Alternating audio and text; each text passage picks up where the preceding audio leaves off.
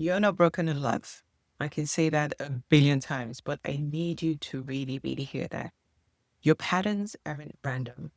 Those marriages, those engagements, all the breakups, all the heartache, all those decades of dating emotionally unavailable partners, none of those evidence that there's something wrong with you.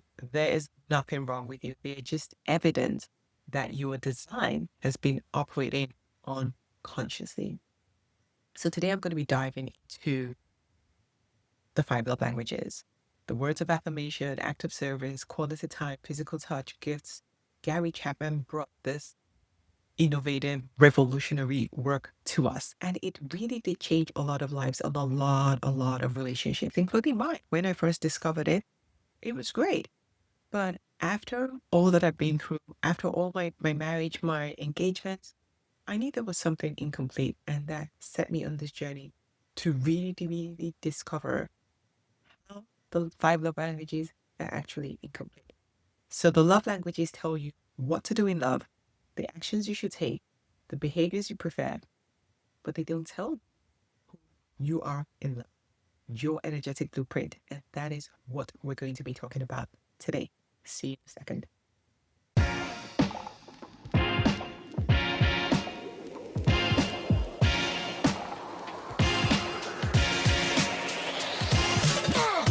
Hi there, my name is Joan. If this is your first time, I want to say welcome to my channel. If you haven't subscribed, make sure you go ahead and subscribe and hit that alarm bell because you don't want to miss any of my videos this year, because this year we're going deep. We're going to the surface of why you've been having the relationships you've been having and what you can do about it. So today we're going to be talking about the love gates, the new love languages within the human design system, which is a really, really huge system. 10 specific gates that truly talk about love. And I just wrote a book on it, which is coming back later in the year. But for now, I'm just going to explain to you what the love languages are and why and how it answers some of those deep questions that you probably had, because I had those many, many questions for years. So before I talk about what the love languages are, like I mentioned, I got engaged 8 times, 8 different people. I've been married. And I spent decades convinced that there was something wrong with me. I must be fundamentally unlovable. And maybe you've had those thoughts too. I read every book. I took every quiz. I took the love language quiz many, many times. Found out that mine was acts of service, which is true. And then in my relationships, I even had people who spoke the same love language as me, act of service, and still somehow things didn't still work out. So I knew that there was something missing, and I had to get to the bottom of it to really find out what in the world is going on. So back to the love gates. I have two love gates, gate 40 and gate 44 in my human design chart. So gate 40 is all about earning love. So in the shadow, I became the resentful provider. So 40 means you're a provider. Okay. So I became the resentful provider, which means that I kept overgiving just to earn love. I would keep the score about what things that I had done. I would believe that if I do these many things, then I will be loved. Like, why wouldn't I have done all of these things? But after all I had been through a relationship, I exhausted myself trying to prove my worth through service, through labor, right? Through being useful, because acts of service is my love language, and which is true. But in the shadow, not quite loving. And then I also had the gate 44, which is all about successful love. And in the shadow, it becomes the status seeker. So I would recognize people, see their potential, and then lock them down with commitment within a few weeks. I would treat all my relationships as business merger, like we're coming together so that we can build something successful. By success, it could be financial success, build something together, show off to the world that, hey, look at me, I'm in a successful, great relationship. And that's how I lived for many, many years in the shadow expressions of these gates. And all these gates have two sides. They have the shadow and they have the gift. And when you're unconsciously using them, most times you stay in the gift. So you keep running into problems and you keep attracting the wrong people. The moment I understood my love gates and saw that I was in the shadow and they did the work to move into the gift, everything changed. I stopped blaming myself about repeating the same cycles because I wasn't repeating them anymore. I wasn't searching for someone to complete, somebody to work on, someone to build something with. I focused on becoming the one, being whole within myself, being aligned with my design. And that's the only way that I've been able to attract more aligned partners towards me. And that is exactly what I want for you. So let's dive into the love gates. So what are these love gates? Well, so like I mentioned, the love gates come from human design, specifically from the 64 gates within your body graph. So not all 64 gates are about love. These particular 10 gates, which Ra Uruhu himself identified, are the ones that are specifically focused on love. They govern how we experience love, how we express love, and also how we receive love. These are the love gates. And here's what makes it fundamentally different from the 5 love languages that Gary Chapman gave. The love gates are fixed in your design. You're born with specific love gates activated. They don't change over time. The older you get, they don't change. They don't change based on your mood. They don't change based on your relationship status or who you're with. They don't change if you read all the self-help books in the world and you practice some of those things. They are a part of your fundamental energetic blueprint. Day you're born till the day you exit this experience. Like I started to mention, so they have 2 expressions. You have the higher frequency, which is the gift, and then you have the lower frequency of expression, which is the shadow. When you align with your design, your love gates become this beautiful expression of what love is. And when you're not aligned with your love gates, they create the exact patterns that sabotage your relationships or attract the wrong people and lead you into the spiral cycle of heartbreak and wrong partners. The love gates explain your specific love theme. So not everybody has all the love gates and not everybody has the same love gate. So it starts to explain why you specifically keep attracting the emotionally unavailable partners, or why does love feel like you're constantly chasing and trying to force things to happen, or why you resent the very person you're serving. Your love gates hold the answer. They hold the answer to all the patterns that you've been experiencing and why things haven't worked out till now. The final thing is that the love gates are not about behavior. So it doesn't matter if we're talking about the 5 love languages by Gary Chapman, and we look at the attachment theory, or we look at the IFS theory, they're all talking about behaviors. Love gates are not about behaviors. They're about frequency. So it's not if you do this, you will get this. The love gate says, this is your energetic signature in love. You can't fake it. Energy never lies. You can only align with it, or you can choose to fight against it. And then you'll be in the shadow and you keep attracting the wrong people and having the wrong experiences. So here's the truth that you need to know about frequency. Like always attracts like. We're talking in energetic terms. So if you're in the shadow, you will only attract the shadows in other people. The moment you shift to your own gifts, you will naturally attract gifts in other people as well. So if you change your frequency, you change how you show up, but you also change who shows up. So more about the love gate. So the love gate is split into 2 categories. So we have the transcendent love gate and we have the mundane love gates. They're pretty different and pretty wild and so interesting.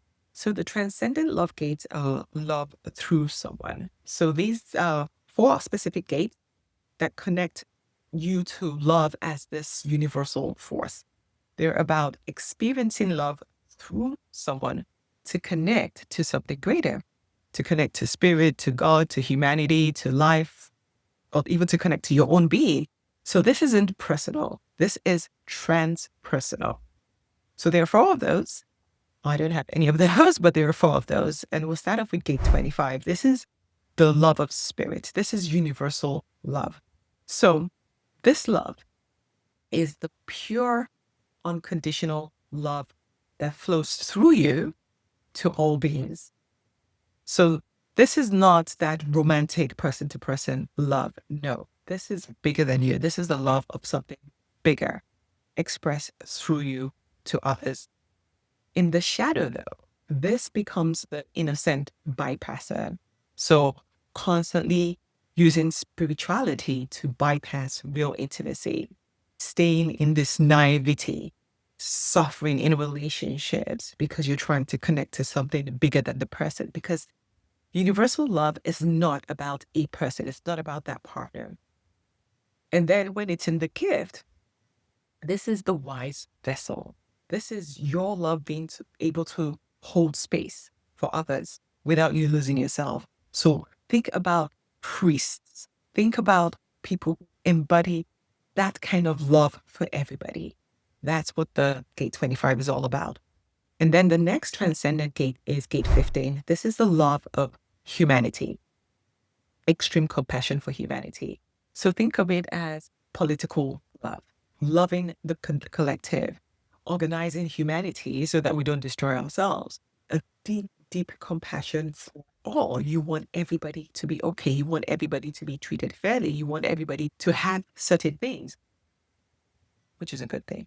But in the shadow, this becomes the compassionate tyrant.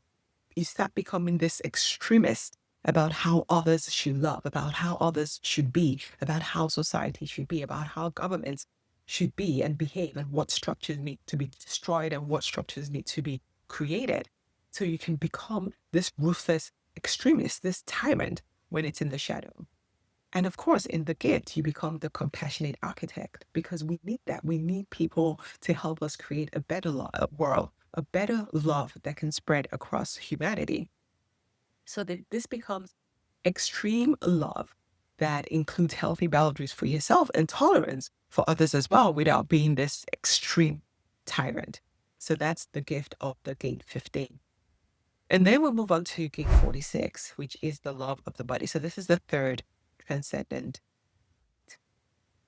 So this is love expressed through being fully in your body. This is also the gate of serendipity. Like, that's a sign. It's all in the stars. Being in the right place at the right time. Oh my God, it has to be it.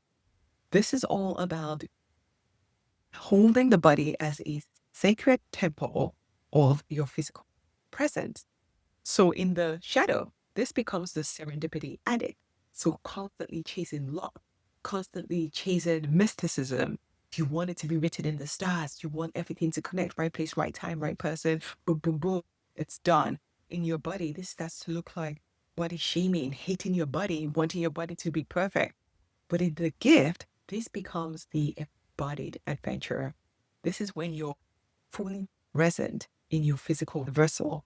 You love the body, and timing becomes everything because when you love the body, when you're in the gift, everything magically starts to click into place at the right timing. And then we have Gate 10. So Gate 10 is all about loving being alive. This is all about self-love and authenticity. This Gate 10 is very unique because it appears in both the transcendent, but also in the mundane as well. So in the transcendent part of it, it's all about loving being alive, being in the world. Like, this is pure self-love. The authentic expression of yourself is of a spiritual practice. In the shadow, this becomes the validation addict. So constantly performing for approval, losing yourself obsessed, wondering why can they want me? Am I good enough? What do I need to do? But in the gift, this becomes the sovereign self. This is all about being your authentic self and being able to express yourself through that because self-love is the foundation of all love. And the gate 10 carries that. And if you have gate 10, like, I always look at people with gate 10 and just be like, wow, the ones who are in the gate truly love themselves. And if you don't love yourself fully, it can't flow to other people. So those are the four transcendent gates. So what I want you to know about the transcendent gate, if your partner has a very strong, or only has the transcendent gate, then it might come across like they love humanity more than they love you. It might come across as they're not emotionally available for one-on-one relationships. And that's the truth. They are designed to love universally, not personally. This is this pure spiritual teacher who loves the student, but it's not personal love. This is real universal love. It becomes activist who loves the cause. They're fighting for a good cause, but it's not about the individuals themselves. This becomes the artist who shows their love to the rest of us through the work that they're creating, the art that they're painting. Their love is real. It's just not directed at one person exclusively. So it's difficult for me to understand because I don't have transcendent gates. And if you're with somebody who has only transcendent gates, you need to understand this about the person, that their greatest expression of love might be through your purpose. It might be through your connection to something greater than just a relationship. And that's okay. It is perfectly designed. Okay, so let's move on to the mundane love gates, which I have two of those. So this is love with somebody else. So there are six of these gates compared to the four that are in the transcendent. And these are the gates that govern romantic partnerships specifically. These are personal, intimate, one-on-one, day-to-day connections. So these gates are seeking love with somebody else. They want you to choose them. They choose you, you choose them, right? So there are six of these. And again, I mentioned that we do have the gate 10 in both. So in the mundane, the gate 10 that loves itself through others, this becomes about behavior. This becomes all about their authentic self expression with a partner. They need to be able to express their true self with the partner. So you need to love me so that I can love myself. And I see that a lot. People with gate 10, they want you to love them so that they can love themselves. If you don't love them, then they don't necessarily love themselves. So in the shadow, this is that desperately seeking external validation. But in the gift, this is all about self-love and being loved for who they truly are, who they authentically are. And then we have the gate 44, which is successful love, which I mentioned that I have. And this is love through mutual achievement and recognition. So if you have the gate 44, you can almost instantly sense who's right for you. You have this instinctive knowing that, okay, this might be a good partner for me. In the shadow, though, this becomes that status seeker that I was talking about, trying to force recognition because you can see their potential. Now you're trying to force it for them to see you too. This could be you treated the relationship like a transaction, right? Choosing it for the wrong reasons. Or you're choosing it for credentials. Oh, we're going to look good on social media. But in the gift state, this is the precise visionary. This is the person who can tell right away in their gut is truly right for them. This is you being able to see true partnership potential, not the potential of who the person can be. Big difference. And then we have the gate 40. This is all about earning love. So this is my second love gate. And this is love through dedication, being that provider, showing for people, being willing to work for your tribe, being willing to work for your partner. And so in the shadow, this becomes that resentful provider.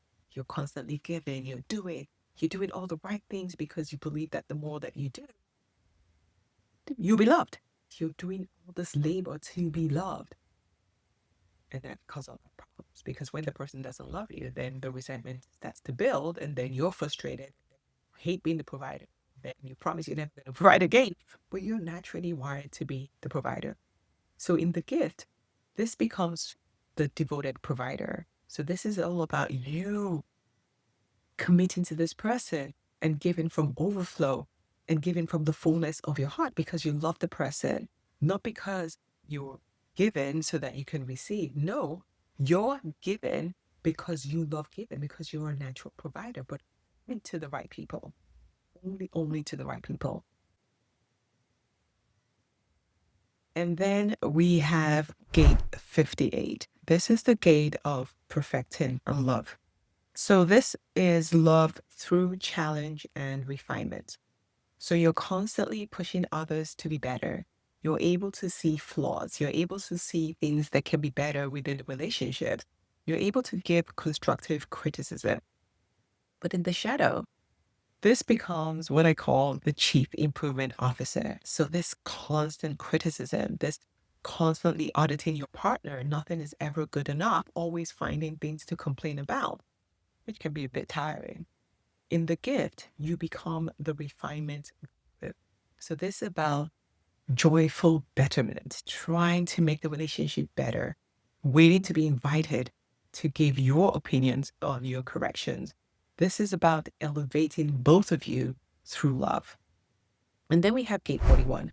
This is the dreams of love. I call this the fantasy gate.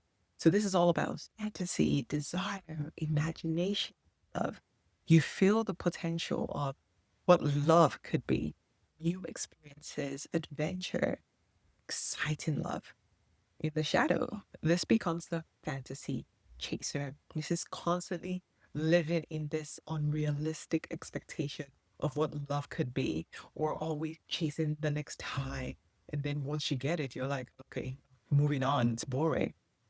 This could be escaping into this fantasy world and not really living in reality. But then in the gift, this becomes the dream realist. This is about dreaming with your eyes open, being able to build real foundations, co-creating beautiful vision of love with your partner where there's excitement, there's adventure, there's newness, there's trying out new stuff. This can really create beautiful experience in relationships. And then we have K28. This is the love of purpose. So this is love that is connected to meaning, to working on something. The relationship must have purpose. So you need depth. You need to be working towards something big. In the shadow, this could become the struggle addict. So constantly needing to be in crisis to feel alive, constantly looking for something to be working on. What's next? What are we doing? So you're constantly manufacturing drama because it's just hard for love to be boring. If it's not hard, if we're not struggling for something, if we're not fighting about something, then it's not real. So that could be an addiction. And then in the gift, this is the purpose architect. This is about a meaningful purpose for the relationship, meaningful struggle towards something beautiful within the relationship. This is a love that is enriched by purpose, by building something together. And that could be such a great thing when it's in the gift. And then we have the last but not the least, gate 55. This is the eternally indecisive love. Deep emotional waves when it comes to love, this profound feeling through different cycles, this emotional roller coaster of highs and lows in the relationship. So in the shadow, this becomes the emotional storm because it's all about moodiness, never knowing what you want. I love you today. I don't love you. I don't know if I love you. Just constant back and forth with your emotions. But when you become the emotional master, which is the gift, then you're riding the waves of with consciousness. There's a lot of depth to you, a lot of depth to your waves without you drowning in it and drowning your partner in it because your partner is not on this high and low. Do you love me? Do you not love me? But that's the beauty of that gate. It's so deep. It's so emotionally profound. So when you have someone with very strong mundane gates, these are partners who need to express love with someone. And then you have the transcendent who express love through someone. That's when you start to have some of these challenges because the mundane wants the personal love and the transcendent wants the universal love. And you can see where there might be some challenges with that because the focus is different, but they're all beautiful. We need both of them to exist. Neither is right or wrong. They're just different frequencies. And that's why it's so important to know yours. So now let's bring it together. So I talked about gate 10, which has both, and we talked about other transcendent gates, and we talked about mundane gates. What do you need to do next? So here's how you use this information. First, you need to know which love gates you have, right? And your human design shows you those specific 10 gates, whether they're activated or not in your design. Some of them have the fixed aims, meaning that they're in a defined center, and some you need to learn some lessons through it. But the ones that you do have is how you will experience love in every single relationship. Some people have 7 gates, some have 2, some have 1, some have none. Every configuration is perfect for your journey. So that's the first thing, know which love gates you have. And the second step is to learn about the shadow and the gift and really be able to sit with yourself and ask questions. In my past relationships, have I been more in the shadow or the gift? And if I've been in the shadow, like how has it been showing up? How has that affected my previous relationships? The goal is not to fix it or work on it or get rid of it because you can. The goal is to shift from the shadow to the gift. When you express the gates in the gift, you're able to effortlessly magnetize aligned love. But when you're in the shadow, like I said, shadow always attracts shadow in other people. So you will keep repeating the same mistakes over and over again. And then the third thing that you need to do is to understand what you don't have. So, like I said, I don't have any of the transcendent gates. I just observe it in other people. So, those are things that you see in other people. So, if you have a particular gate and your partner doesn't have it, understand their own gate so that you can see when it shows up. You can experience somebody else having a different gate, not necessarily looking for somebody who has exactly the same gates as you. No, you're here to also experience love through other people as well. So notice all of this, sit with it, and start to observe. Certain people who have certain gates will just naturally light you up. They're naturally bringing you to an energetic frequency that you don't carry because you don't have it. And you're like, whoa, this is exciting. And this can also tell you why you're addicted to someone who's wrong for you because they're activating the gates that you don't have. So it feels like it's completing you because you don't have it. You're like, oh, I only have one day here as transcendent. So it must mean that we're completing each other. Completion doesn't mean aligned. You need to live in your own wholeness, your own gates. That's where you need to be. And then you attract the right people, and then you might experience some of their own expressions of love through their own gates. Phew. So, this is just 101. What I've just shared with you is just the foundation of a completely different paradigm to how we've discussed love, or we're taught about love, or not taught about love, and what we've been doing so far. So, this is just an introduction into the new love languages, which again, it's not here to replace what Gary Chapman did with his 5 love languages. His work definitely opened the door. It opened the door for us to see that we all don't experience love the same way. But now it's time to evolve beyond that conversation from it just being this behavioral preferences to returning to the truth of your energetic design. The new love languages isn't about what you do in love, it's about who you are in love. And like I mentioned, it never changes. It's about understanding your natural way, your specific frequencies that were designed with you when you came into this world. And until you know them and understand them and embody them, you keep trying to fix what's happening on the outside. You keep blaming other people. You keep wanting to be loved in ways that don't match who you are because we're all so unique. We're so different. So, like I mentioned, I've written the book, but between now and when the book comes out in August, I'm going to be sharing a lot more about the love languages. I'm going to be sharing about the celebrities, couples that have analyzed their own charts as well, so that you can start to see the real transformation of this work and how it can change the way you see love, you show up in love, and you express love going forward. And again, if you want to dive deeper, you can always go ahead and listen to my podcast, the Love by Design podcast, which is where I really, really go very deep into some of these themes because this year, something's got to shift. Something's got to shift. And the truth is, you cannot attract an aligned partner until you become an aligned person, until you become aligned with your design and you embody your design. That's the only way that you can create conscious, that you can have conscious partnership. So, like I mentioned, if you want to go deeper, go ahead and listen to my Love by Design podcast. If you want to go deeper, you can sign up for one of my free calls so that we can talk about which love gates you have activated, how it showed up in the past, and what are some of those shifts that you can make to move from the shadow to the gift so that you're able to attract the right person for you. Thank you for joining me on today's video. Again, I will keep diving deeper and deeper into different teachings every month.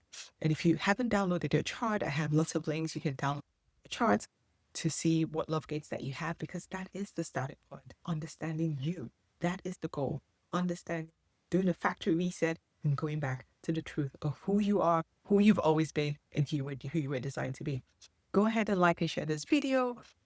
Subscribe if you haven't already subscribed, and let me know. Let me know what lights you up, what resonates with you, and we will keep going on this journey where we uncover the truth of who we are, step into our true design so that we can attract aligned love in 2026. You are not broken, nothing wrong with you. You've just been living in misalignment with your true design, and it's time to come back to it. So welcome to your new love languages, and welcome to Aligned Love. I'll see you in the next video.